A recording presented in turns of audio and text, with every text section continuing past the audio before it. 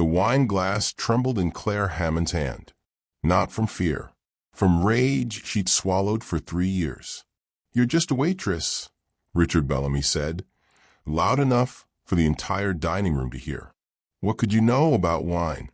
His business partners laughed. The Edison bulbs overhead felt too bright. Claire's face burned. She could walk away. She should walk away.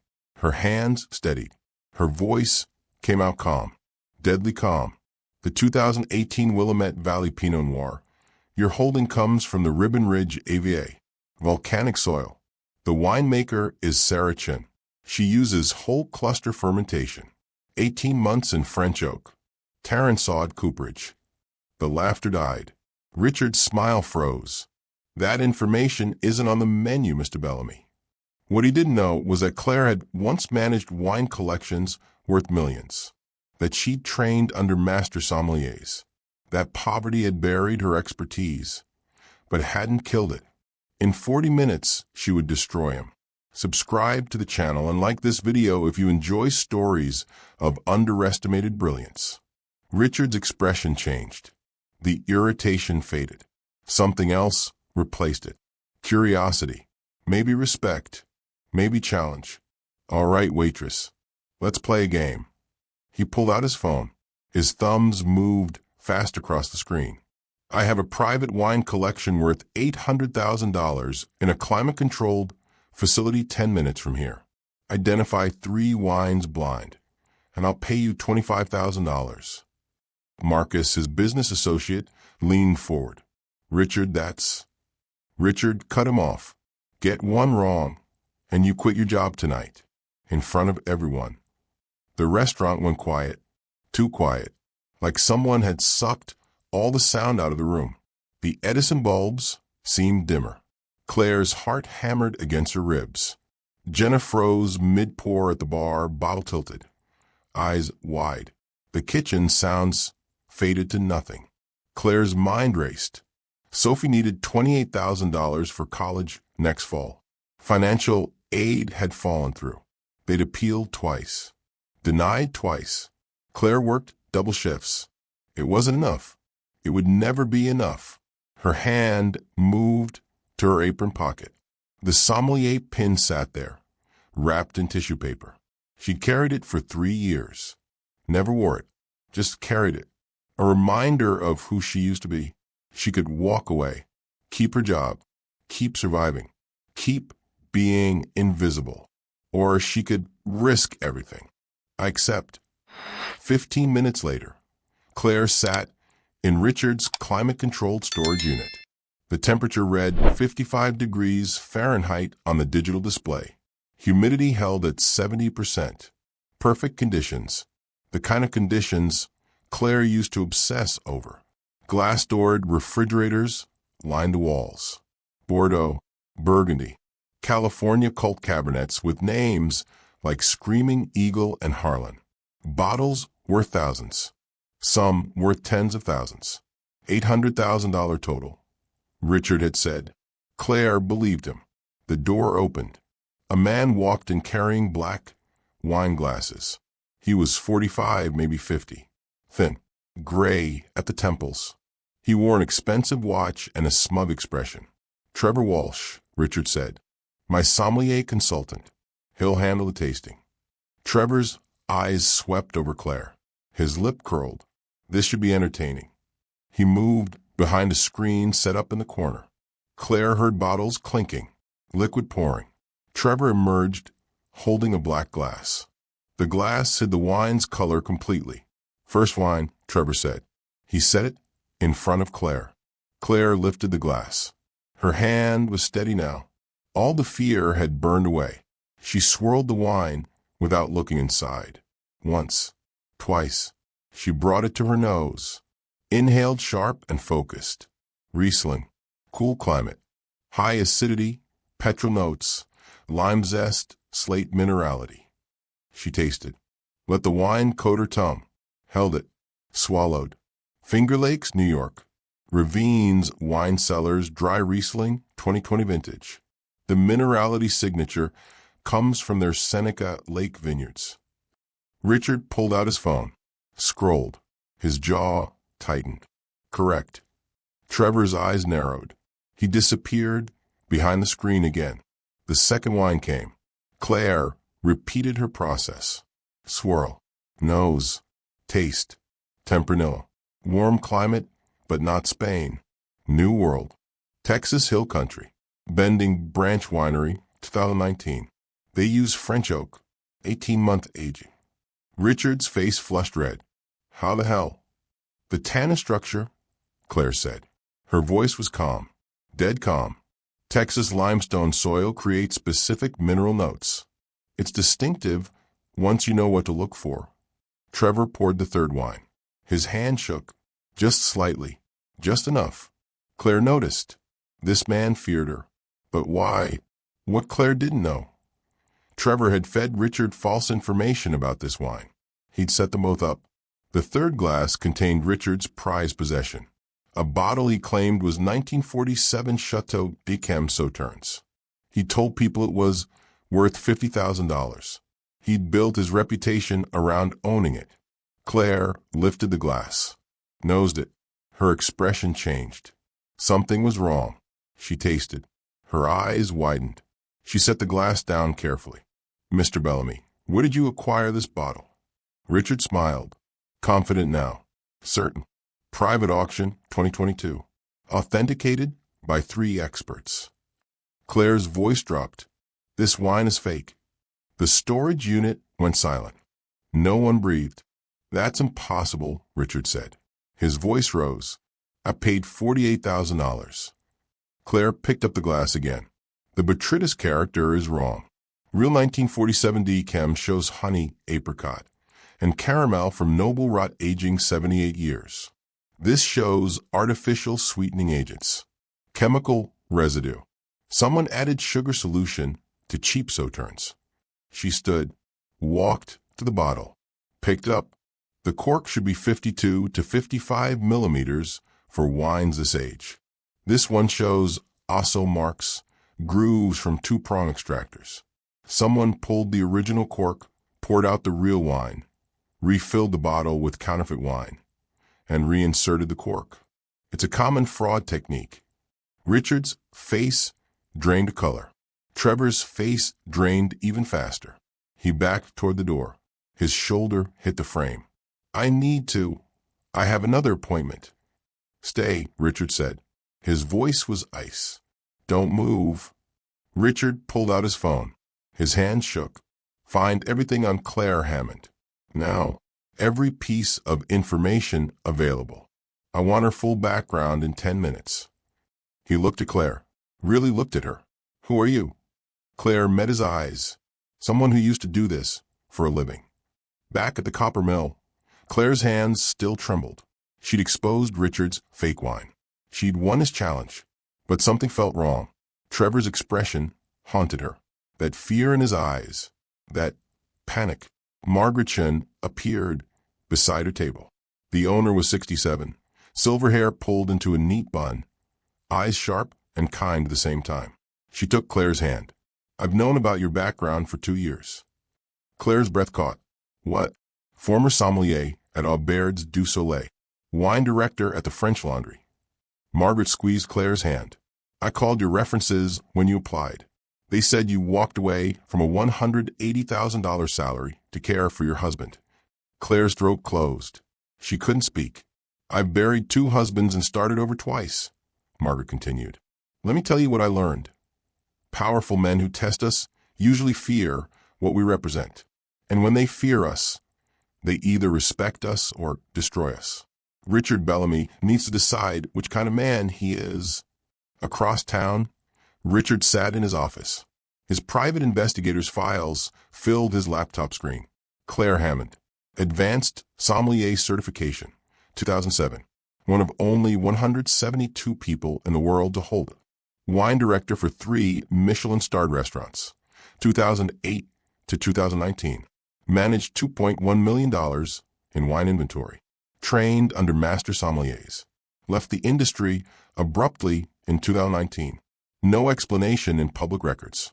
Richard scrolled through photos. Claire in sommelier blacks, holding awards. judging competitions, standing with famous winemakers, smiling, confident, completely different from the tired waitress he dismissed. His hand moved to his phone. He began typing. That night, Trevor Walsh made his move. He sat in his car outside the Oregon Liquor Control Commission office. His laptop glowed in the darkness. He typed rapidly.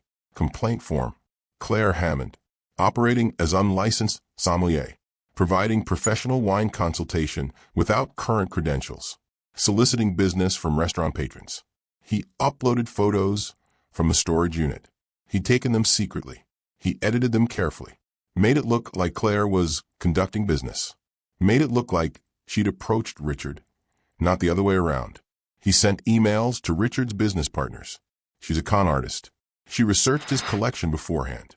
Probably planted fake wines herself. You saw how she manipulated him. Trevor's finger hovered over the send button. He thought about Claire's face when she'd identified as fraud. She'd ruined his reputation in 2018. Blacklisted him from Napa. He'd rebuilt his entire life around convincing people like Richard that he was an expert. He pressed send. The following evening, Richard returned to the copper mill. His daughter Emma was with him, 8 years old, blonde pigtails, pink dress. She loved their Thursday dinners. Halfway through the meal, Emma's face turned red. Her breathing changed. Short, rapid, panicked. "Dad," she gasped. "Dad, I can't." Restaurant staff surrounded them. Someone called 911. Jenna ran for the first aid kit. Claire pushed through the crowd. She knelt beside Emma, checked her symptoms. Swollen lips, hives spreading across her neck, wheezing breaths. "She's going into anaphylactic shock. Does she have an EpiPen?" Richard fumbled through Emma's bag. His hands shook. Contents spilled across the floor. Wallet, keys, medication bottles, a stuffed rabbit. Claire spotted a medication bottle with Cyrillic labels. She grabbed it. Read rapidly. Her eyes widened. "Stop. That's not EpiPen." Richard's face went white. "What?" "That's counterfeit medication. Look at the Cyrillic warning label. This contains the wrong dosage. If you inject that, it could kill her." Claire pulled her own EpiPen from her purse. She'd carried it for 3 years. Sophie had a bee allergy. Claire never went anywhere without it. Hold her arm steady. She administered the injection. Emma's breathing began to stabilize. Color returned to her face. Paramedics arrived 4 minutes later. They loaded Emma onto a stretcher. Richard rode with her in the ambulance. But before he left, he turned to Claire. Understanding flooded his face. Horror, gratitude, shame, thank you. Claire's red pen fell from her pocket during the emergency. Richard picked it up later, after Emma was stable. He turned it over in his hands, saw the engraved initials. CH, Court of Master Sommeliers. He pocketed it, kept it. The hospital waiting room smelled like antiseptic and bad coffee. Rain hammered the windows. Richard and Claire sat in plastic chairs. Emma was stable, sleeping. The doctor said she'd be fine. "My father was a machinist," Richard said quietly. He stared at his hands. Worked 40 years for Intel. Came home with metal shavings in his hair every night. He died at 61. Heart attack. Never got to retire. He looked at Claire. "I became exactly what I despised. Someone who thinks money equals intelligence. Someone who looks down on people who work with their hands. People who serve." Claire exhaled slowly. "I had your life once. Corner office. Expense accounts. Restaurant owners called me personally. Wine distributors competed for my business. I had respect." Her voice cracked. "Losing it taught me what wealth actually means. It's not money. It's having choices.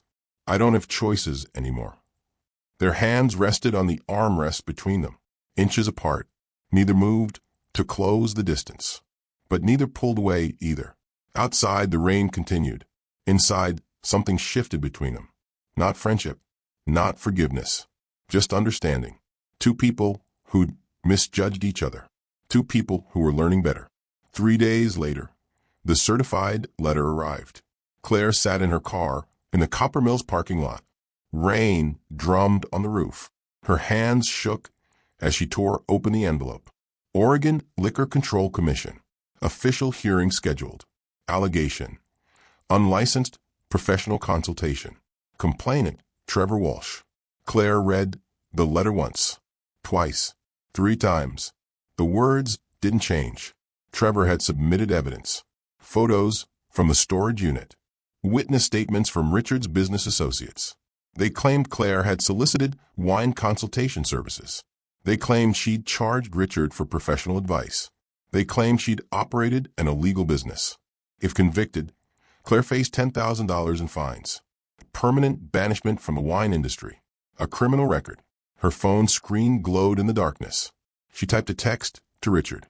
"Did you tell him I solicited business from you?" She waited. No response. She called. Straight to voicemail. She called again. Voicemail. He'd abandoned her. Of course he had. Men like Richard protected themselves. She'd been stupid to think saving his daughter would matter. She'd been stupid to think that moment in the hospital waiting room meant anything. What Claire didn't know, Richard was meeting with his lawyers and FBI Special Agent Morrison. They sat in a conference room overlooking Portland. Financial documents covered the table. Richard had spent $200,000 investigating Trevor Walsh, following the money, tracing the fraud. "We have enough," Agent Morrison said. "Wire fraud, counterfeit goods, trafficking. We can move on Walsh within 48 hours. Richard nodded. "Do it." That evening, Claire packed her locker at the copper mill. The sommelier pin went into a cardboard box. Her uniform folded on top.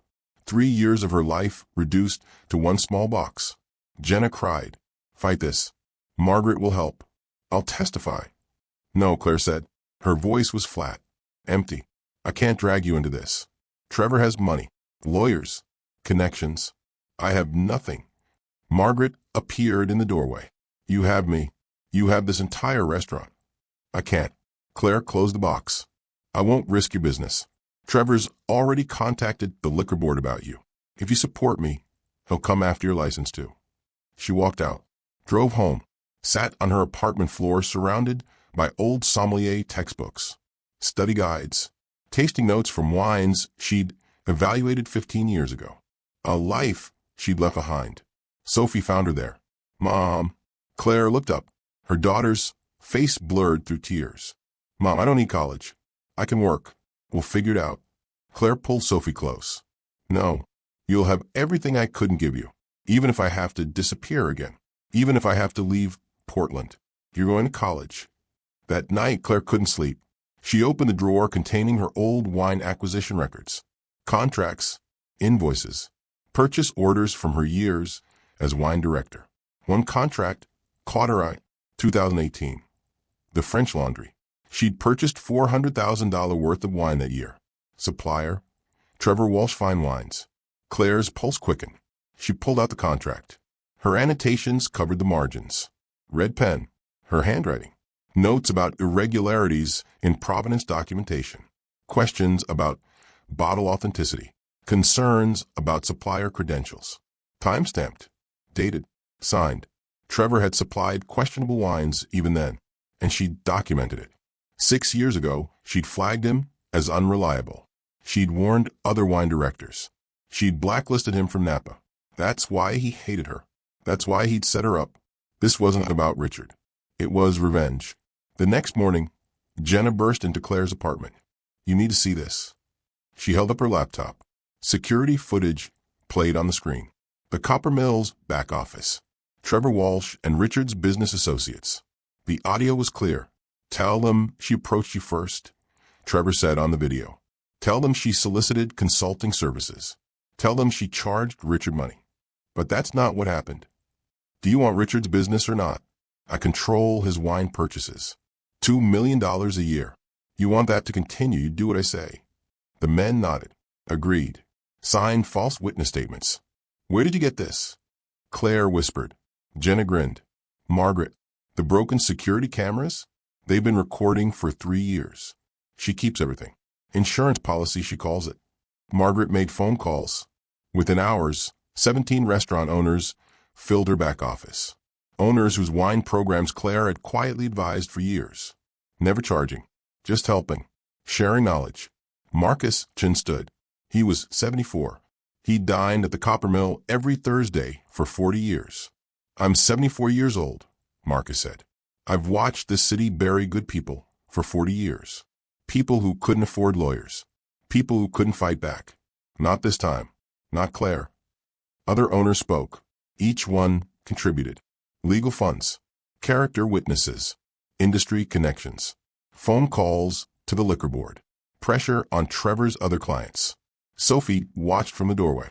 She'd never seen her mother like this. Surrounded by people who believed in her. Surrounded by people who saw her. For the first time in 3 years, Claire wasn't invisible. If this story is moving you, subscribe so others can see this video. The OLCC hearing room filled slowly.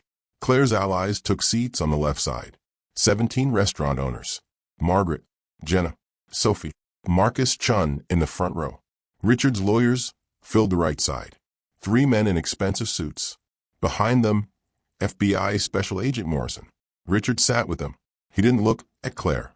Trevor Walsh sat at the complainant's table. His lawyer was young, sharp, confident. Trevor wore a smug expression. He'd won before the hearing even started. Or so he thought. The hearing officer called the room to order.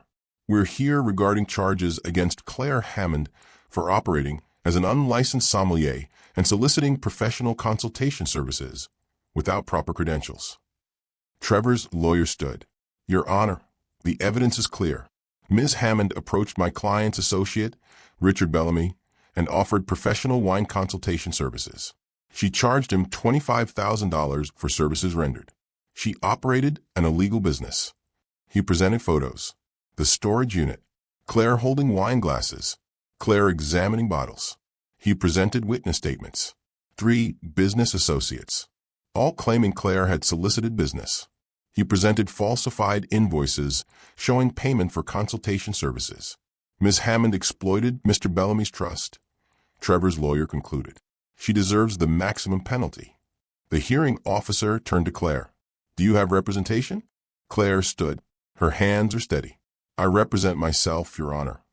She opened her folder, pulled out the 2018 contract. This is a wine acquisition contract from when I worked as wine director at the French Laundry. The supplier was Trevor Walsh Fine Wines. She pointed to her annotations in red pen. I documented irregularities in provenance 6 years ago.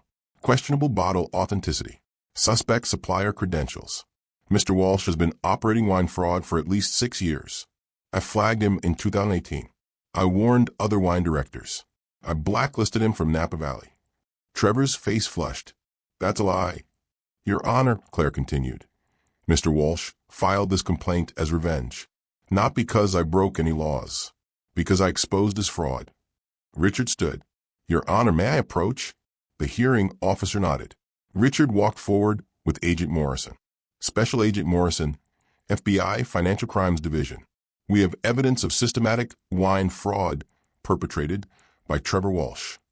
He presented forensic analysis. Chemical breakdowns of counterfeit wines. All sourced through Trevor Walsh Fine Wines. 12 collectors had purchased fraudulent wines. Total damages, $2.4 million. He presented security footage from Richard's storage unit. Trevor coaching Richard to test a waitress. Trevor admitting he planted fake wines to inflate insurance claims. Trevor bragging about his fraud operation. He presented bank records. Payments from counterfeit wine operations. Offshore accounts. Shell companies. Trevor's lawyer stood. Objection. This is irrelevant too. It's completely relevant, Agent Morrison said. Mr. Walsh filed false complaints to silence Ms. Hammond before she could report his fraud to authorities. This is witness tampering. Trevor's facade cracked. His face went from smug to panicked. She ruined my reputation in 2018. Blacklisted me from Napa. I spent 6 years rebuilding. His lawyer grabbed his arm. Stop talking. Don't say another word. I built this whole operation because of her. Trevor shouted. I had to make money somehow after she destroyed me. The confession echoed through the hearing room, recorded by 3 different devices. Trevor's lawyer dropped his head into his hands. Richard approached the hearing officer. Your Honor, Claire Hammond has more wine expertise in her notepad than most sommeliers I've employed. I was wrong. Completely wrong. I judged her by her job title, not her knowledge. My arrogance nearly cost my daughter's life. He turned to Claire. I'm not apologizing just because it's right. I'm apologizing because you saved Emma. You exposed fraud that would have cost me millions. And you showed me what integrity looks like. He extended his hand. Claire shook it. The handshake became a respectful nod. Acknowledgement between equals. The hearing officer reviewed the evidence. All charges against Ms. Hammond are dismissed immediately. He turned to Trevor. Mr. Walsh, you'll face criminal charges. Wire fraud, counterfeit goods, trafficking, witness tampering. Federal prosecutors will contact you within 24 hours. Agent Morrison stepped forward. Trevor Walsh, you're under arrest. Outside the hearing room, Richard handed Claire an envelope. Settlement agreement, $125,000 for emotional distress and your role in exposing the fraud. Margaret appeared beside Claire. Wine director position, $95,000 salary. You start Monday. Claire looked at the two envelopes in her hands, then at Sophie's face. Her daughter was crying, smiling, both at once. I start Monday, Claire said. 6 months later, Claire's office overlooked the Copper Mill's main dining room. Floor-to-ceiling windows, natural light, a real desk. Her old uniform hung in a frame on the wall. She'd kept it. Both identities mattered. Waitress and sommelier, server and expert. She'd been both. She'd always be both. The restaurant's wine program had expanded to 400 bottles. Oregon Pinot Noirs, California Cabernets, emerging American regions most people ignored. Texas, Virginia, New York. She gave them space on her list. Recognition. Thursday evening arrived. Richard walked in with Emma. The little girl ran to Claire's office window and waved. Hi, wine lady. Claire waved back. Richard still came for Thursday dinners. He ordered in simple English now. No showing off. No pretension. Just a man enjoying good wine with his daughter. Their relationship remained professional, respectful. Two people who taught each other humanity. The Claire Hammond Scholarship Fund had grown. Richard's $125,000 settlement seeded it. Other donors contributed. Restaurant owners, wine distributors, people who believed displaced professionals deserved second chances. 17 restaurant workers had received grants so far. Sommelier certification courses, wine education programs, career rebuilding. Jenna was student number 1. She'd started the Court of Master Sommelier's intro course in January. She'd passed. She was continuing. Sophie attended Portland State University. Pre-med. Full academic scholarship. She wanted to help people, like her mother had helped Emma. On Claire's desk sat an envelope, postmarked Napa Valley. Inside, job offer from the French Laundry. Wine director position, $210,000 salary. She hadn't opened it yet. Portland was home now. Sophie was here. The Copper Mill needed her. Margaret had become family. Jenna needed mentoring. But the envelope represented something important. Proof that expertise survived poverty. Proof that dignity transcended circumstances. Proof that she could go back if she wanted. Or she could build something new here, on her own terms. Rain stopped outside the Copper Mill's windows. Evening light broke through clouds. Claire watched a young woman in server's uniform hailing a cab. Exhaustion showed in her posture. Shoulders slumped. Head down. Claire saw herself 3 years ago. She pulled out her phone. Texted Jenna. That server at table 12. Ask if she knows about the scholarship fund. Because Claire had been there. Had survived it. Had lived through the invisibility and exhaustion and constant fear of not being enough. And she'd spend the rest of her career making sure others didn't have to choose between expertise and survival. Sometimes the people we underestimate teach us the most important lessons. If this story resonated with you, I'd love to hear your thoughts in the comments. And if you want more stories about dignity, hidden expertise, and justice, subscribe. Thank you for watching.